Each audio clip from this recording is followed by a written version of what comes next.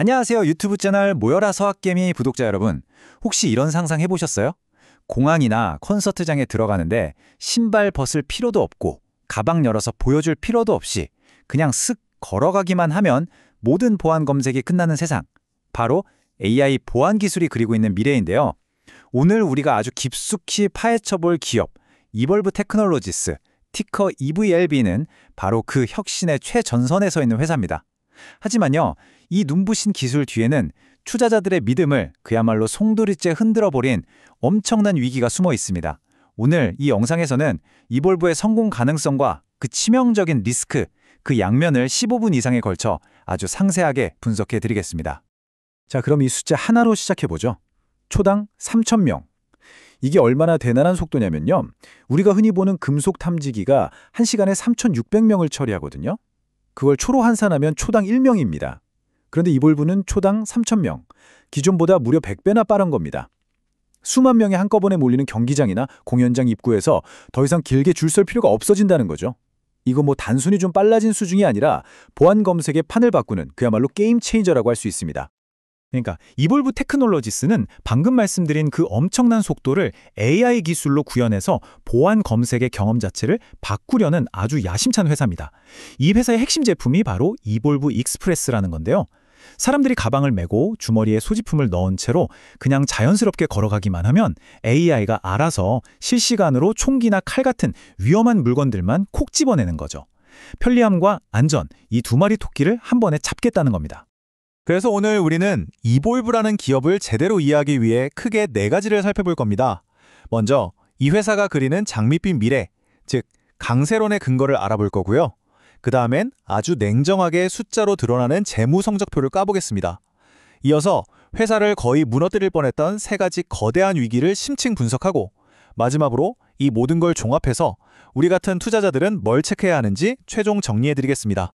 자, 그럼 첫 번째 파트부터 시작해볼까요? 도대체 이 회사가 왜 그렇게까지 시장의 기대를 한몸에 받았는지 그 매력적인 투자 이야기부터 한번 들어보시죠. 이볼브가 노리는 시장은 아주 명확합니다. 첫째, 너무나 안타깝게도 미국에서는 학교 총기 사건이 끊이지 않으면서 더 안전하고 효율적인 보안 시스템에 대한 수요가 정말 폭발적으로 늘고 있거든요. 이볼브는 바로 이 학교 시장을 집중 공략하고 있습니다.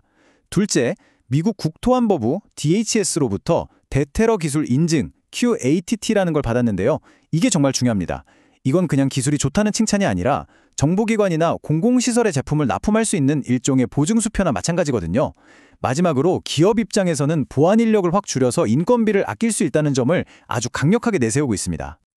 2025년을 기준으로 전 세계 보안 검색 시장 규모는 무려 1,000억 달러, 우리 돈으로 약 13조 원이 넘는 어마어마한 시장입니다. 이볼브의 목표는 이 거대한 시장의 10%에서 15%를 차지하는 거예요. 만약에 이 목표만 달성한다면 연 매출이 1조 3천억에서 2조 원까지 된다는 계산이 나옵니다. 지금 매출의 10배가 넘는 수준이죠. 바로 이 엄청난 성장 잠재력, 이것 때문에 투자자들이 열광했던 겁니다. 자, 꿈은 이렇게 큰데 과연 현실은 어떨까요? 이제부터는 화려한 이야기 뒤에 숨겨진 냉정한 숫자를 들여다볼 시간입니다. 와, 보세요. 매출 성장세는 정말 대단합니다. 2024년에는 전년보다 30% 넘게 성장하면서 처음으로 연 매출 1억 달러를 돌파했어요.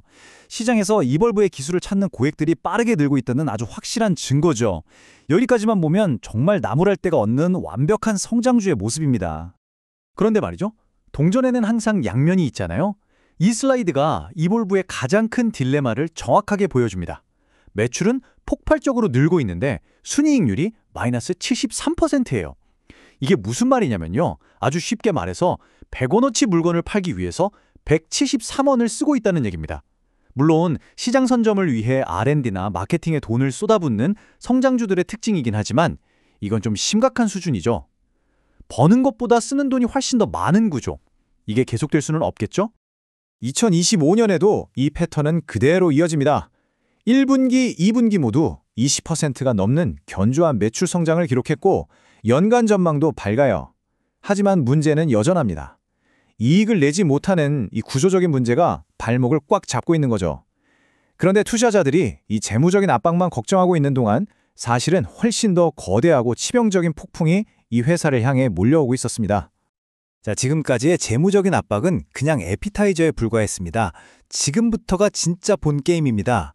회사를 거의 침몰시킬 뻔했던 이볼브의 신뢰를 완전히 무너뜨린 세 가지 거대한 위기를 하나씩 아주 낱낱이 파헤쳐 보겠습니다. 이볼브를 덮친 위기는 그야말로 1, 2, 3 펀치였습니다. 첫 번째 펀치는 FTC, 즉 연방거래위원회의 조사. 이건 소비자들을 속였다는 거고요. 두 번째 펀치는 SEC, 증권거래위원회와 DOJ, 법무부의 조사. 이건 투자자들을 속였다는 혐의입니다. 그리고 마지막 세 번째 펀치는 이 모든 것에 분노한 주주들이 제기한 집단소송이죠. 제품의 신뢰성, 회계의 투명성, 주주와의 소통, 기업의 근간을 이루는 이 세 가지가 한꺼번에 무너져 내린 연쇄적인 재앙이었습니다. 그리고 이 문장, 이게 바로 결정적인 증거, 스모킹 건이었습니다. FTC가 찾아낸 내부 이메일 내용인데요.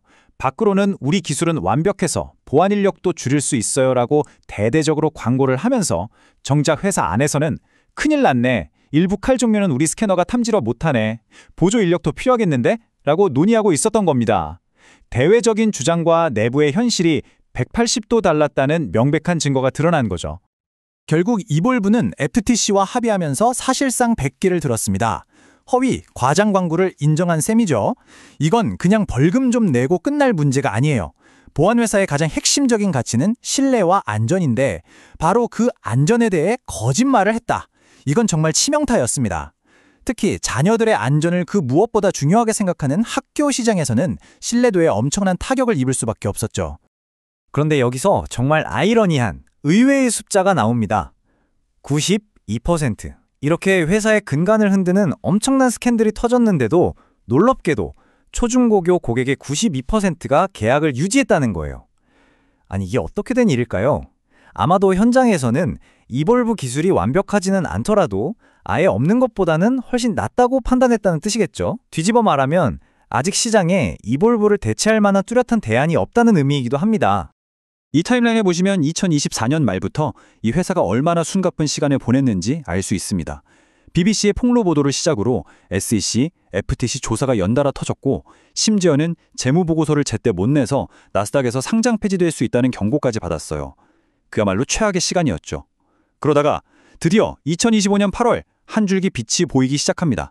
가장 큰 부담이었던 법무부의 조사가 마침내 종결되었다는 긍정적인 소식이 들려온 거죠. 이 모든 사태가 우리 같은 주주들에게는 어떻게 다가왔을까요?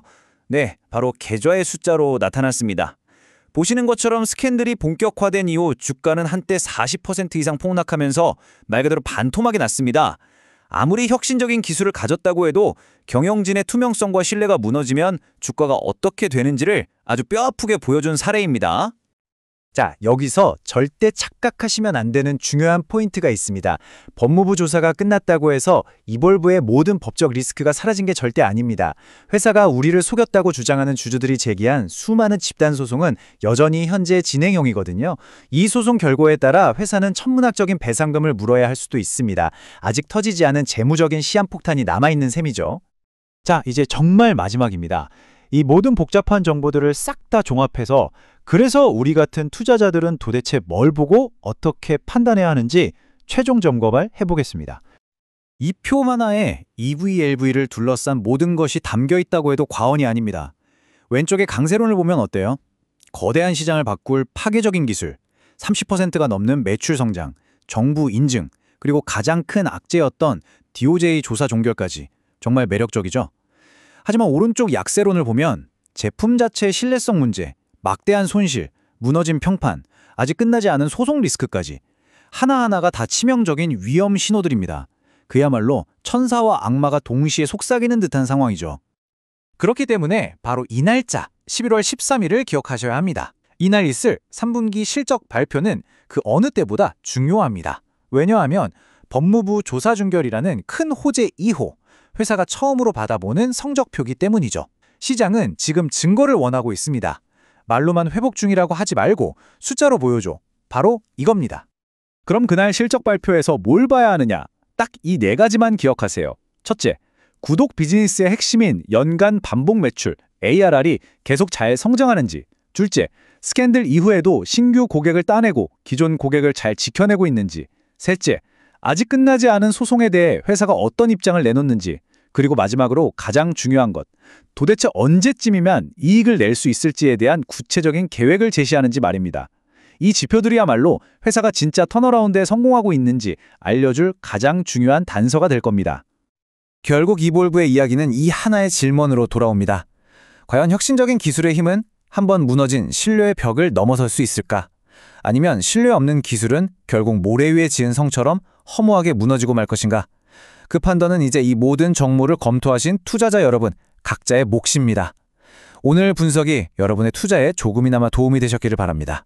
도움이 되셨다면 구독 부탁드립니다. 감사합니다.